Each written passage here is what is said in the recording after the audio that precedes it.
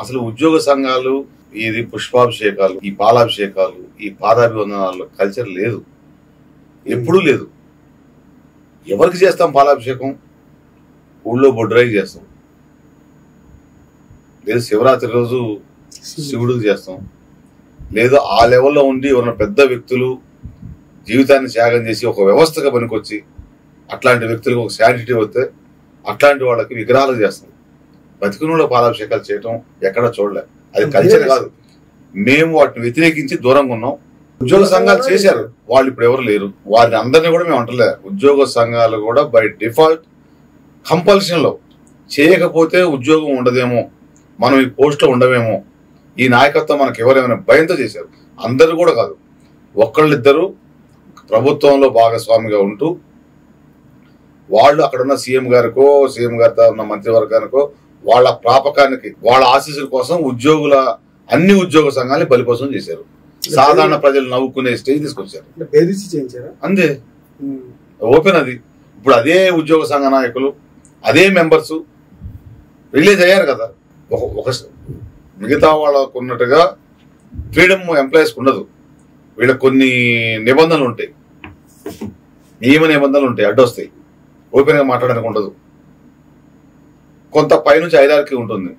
Chief secretary గారే పూర్తిగా surrender అయ్యాక, ప్రిన్సిపల్ సెక్రటరీ సరెండర్ అయ్యాక, కలెక్టర్లు సరెండర్ అయ్యాక ఉద్యోగ సంఘాలందా ఉద్యోగ సంఘ నాయకులందా. అదే నిన్న ముఖ్యమంత్రి గారు క్లారిటీ ఇచ్చారు. మీరు మీ అస్తిత్వం కాపాడుకోండి, మీ ఆత్మాభిమానం ఆత్మగౌరవానికి ఎక్కడ కూడా భంగం కలగొద్దు, మీ హక్కుల రాయితీల సాధన కొరకు మీరు పోరాటం చేయండి. పోరాటం చేయాలంటే చిన్న చిన్న రిజిస్టర్డ్ సంఘాలు పెట్టుకోవద్దు. రిజిస్టర్ అంటే 2, 3, 4, 5, 20 మందితో చేసుకోవచ్చు. ఒక రికగ్నైజ్డ్ అసోసియేషన్ ద్వారా దానికి ప్రజాస్వామ్యబద్ధంగా ఎలక్షన్ పెట్టుకొని వాటి ద్వారా జాయింట్ స్టాఫ్ కౌన్సిల్ డిస్కస్ చేయండి. మా మధ్యవర్గ ఉపసంఘం ఉంది, మీ సమస్యని ఇమీడియట్ గా పరిష్కారం చేస్తాం చెప్పట్లేదు. ఆర్థిక పరమైన అంశాలు స్లోగా చేస్తాం, ఆర్థికేతర అంశాలు చాలా ఉన్నాయి చేయడానికి. అవి అక్రాస్ ది టేబుల్ చేయొచ్చు, చేస్తామని కూడా చెప్పారు. అంటే బీఆర్ఎస్ ప్రభుత్వంలో మీ ఉద్యోగుల ఆత్మగౌరవం పోయిందనేది మీరు బరాబరుగా చెప్తున్నాం. బరాబరుగా పోయింది. అది మాకు ఇక్కడ మాట్లాడే స్వేచ్ఛ ఉందా? నల్ల బ్యాడ్జీలు పెట్టుకునే స్వేచ్ఛ ఉందా? ధర్నా చౌక్ లో పోయే స్వేచ్ఛ ఉందా? రిప్రజెంటేషన్ చేసే స్వేచ్ఛ ఉందా? ఎవరిని కలిసాం మేము? ఫస్ట్ ముఖ్యమంత్రి అయినప్పుడు భోజనాలు పెట్టి పంపించారు. ఒకే రోజులో సర్వీస్ బుక్ అయిపోతుంది, జాయిన్ కావటం, ప్రమోషన్ తీసుకోవడం, రిటైర్ కావటం, 3 పేజీలకి ఏందన్నారు. పిఆర్సి ఎంత లాస్ అయ్యాం. పిఆర్సి మా మాస్టర్ స్కేల్స్ పక్కనున్న ఆంధ్రప్రదేశ్ అప్పులు ఊబిలో ఉందంటున్నారు. వాళ్ళ స్కేల్స్ లార్జర్ స్కేల్స్ మాకంటే. కేంద్ర ప్రభుత్వ ఉద్యోగులు కూడా లేదట కదా, తెలంగాణలో ఉన్న ఉద్యోగులు అనేవారు ఎవరో వస్తే మీ ఇక్కడే ఈ వేదిక మీదనే శాస్త్రీయంగా డిస్కస్ చేస్తాం. అది మేము ఒప్పుకోకపోతే, మేము ఒప్పి కన్విన్స్ చేయలేకపోతే వాళ్ళని, ఎనీవన్ వాళ్ళు 10 మంది వచ్చినా 20 మంది వచ్చినా మేము ఒక్కడిద్దరమే వస్తాం. మా తెలంగాణలో మిగతా రాష్ట్ర అన్నిటికంటే ఎక్కువ స్కేల్స్ వస్తున్నట్టు కానీ, ఎక్కువ జీతం వస్తున్నట్టు కానీ, మా కడుపు నిండా పెట్టినట్టు కానీ ఎక్కడ చూపిస్తే ఒక్కొక్క ఎంప్లాయీకి సప్లిమెంటరీ బిల్స్ 10,000 నుంచి 25 లక్షల వరకు ఒక్క ఎంప్లాయీకి రావాలి. లాస్ట్ టైం రిటైర్మెంట్ అయితే బెనిఫిట్స్ లేవు. ఎమర్జెన్సీ జీపీఎఫ్ డబ్బులు అంటే మా అమౌంట్ మేము శాలరీస్ కట్ చేసిన అమౌంట్ గవర్నమెంట్ ఖాతాలో ఉన్న డబ్బులు కూడా మా అమౌంట్ మేము తీసుకోవాలంటే మినిమం 2 to 3 years పడుతుంది. అది ఒకటే కాదు, గత ప్రభుత్వంలో పర్సంటేజ్ లేకుండా కాల మా బిల్స్ కూడా 4, 2, 5, 6, 8, 10 కూడా ఇచ్చిన వాళ్ళు ఉన్నారు. అది మేము చెప్పకూడదు. మీ ఎంప్లాయీస్ అంటారు, మా ఎంప్లాయీస్ పై ఉంది మీ ప్రభుత్వం. మీరు కరెక్ట్గా ఉంటే మా వాళ్ళు కరెక్ట్గా ఉంటారు. మా వాళ్ళు నేర్పేది మీరే కాదు. పర్సంటేజ్ లేకుండా బిల్లు కాలేదు. ఇప్పుడు అవుతున్నాయి అన్ని. ముఖ్యమంత్రి గారు ఏం చెప్పారు? డిప్యూటీ సీఎం గారు ఫైనాన్స్ మినిస్టర్ గా ఉన్నారు. ఇప్పుడు లోయెస్ట్ నుంచి బిల్స్ క్లియర్ అవుతూ ఉన్నాయి. మేనిఫెస్టోలో పెట్టారు. మేనిఫెస్టోలో పెడతారా ఎక్కడన్నా? ఇప్పుడున్న ప్రభుత్వం మేనిఫెస్టో పెట్టింది, 1వ తారీఖు జీతం ఇస్తాం, పెండింగ్ బిల్స్ క్లియర్ చేస్తాం, పిఆర్సీ సముచితంగా ఇస్తాం, మీ సిపిఎస్ దాని మీద మేము సరైన నిర్ణయం తీసుకుంటాం, 317 రివ్యూ చేస్తాం, సాధారణ బదిలీలు చేస్తాం. చిన్న చిన్నవి మేనిఫెస్టోలో పెట్టి చేస్తున్నారు. రేవంత్ రెడ్డి గారికి మీకు ఇచ్చిన హామీ ఏంటి? మీ సమస్యలు ఏంటిది? వారు పరిష్కారం చేస్తున్నది ఏంటి? నిన్న క్లారిటీగా మాకు చెప్పిన సమస్యలన్నీ కూడా ఫస్ట్ సీఎం గారు చెప్పింది, ఉన్న సమస్యల్ని కేబినెట్ సబ్ కమిటీతో డిస్కస్ చేయండి, చేయాలంటే ముందు ఎంప్లాయీస్ సంఘాలకు ఎలక్షన్స్ పెట్టుకోండి రికగ్నైజ్ అసోసియేషన్ ద్వారా. జాయింట్ స్టాఫ్ కౌన్సిల్ ని ఇప్పుడు రీఆర్గనైజ్ చేస్తాం గవర్నమెంట్ ద్వారా, అందులో మెంబర్లుగా ఉన్న చర్చలు టైం ముందు ఎలక్షన్స్ పెట్టుకోవాలి, సంఘాలు మెంబర్షిప్ కావాలి, వాళ్ళ ఎలక్షన్స్ కావాలి, ఎన్నికలకు టైం బాండ్ పెట్టుకోరా. అది ఎంత త్వరగా మేము ముందుగా బయట ఎలక్షన్స్ అయిన సంఘాలతోటి జేఏసీని ఫామ్ చేస్తున్నాం, జాయింట్ యాక్షన్ కమిటీ అంటే అది అఫీషియల్. అది ఫామ్ అయినప్పుడు ఈ జేఏసీలో ఉన్న సభ్యులే almost all joint staff council లో ఉంటారు. ఈ జేఏసీ ద్వారా మేము రిప్రజెంటేషన్ చేస్తాం, టైం బాండ్ కూడా పెట్టుకుంటాం 1 or 2 months. అంతకంటే ఇప్పుడు మీ జేఏసీలో ఏ సంఘాలు వచ్చే అవకాశం ఉంది? ఇప్పుడు ప్రజెంట్ జేఏసీ లేదు, ఉద్యోగ జేఏసీ. అన్ని ఆల్ రికగ్నైజ్డ్ అసోసియేషన్స్ అన్ని కూడా అందులో ఇంక్లూడ్ చేసుకుంటాం.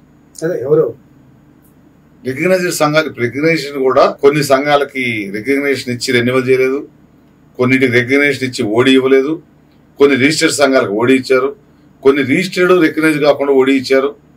ఇవన్నీ కూడా లిస్ట్ అవుట్ చేయాలి. నిన్న తొలి మీటింగ్ లోనే ఈ సంఘం ఆ సంఘం అన్ని సంఘాలు పిలిచాం.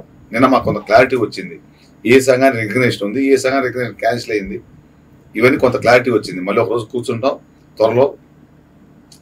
టీఎన్జిఓస్ కూడా వాళ్ళది ఎలక్షన్స్ 1 or 2 days లో, ఈ రోజు ఇది అవుతుంది, అదే 1 or 2 days మేజర్ సంఘం అమరుల ఆర్గనైజేషన్ 4th class ఉంటారు. టీచర్ సంఘాల్లో కూడా రికగ్నైజ్డ్ సంఘాలు 10 సంఘాలు దాకా ఉన్నాయి, వాళ్ళని కూడా పిలిచి మాట్లాడుకోవాలి.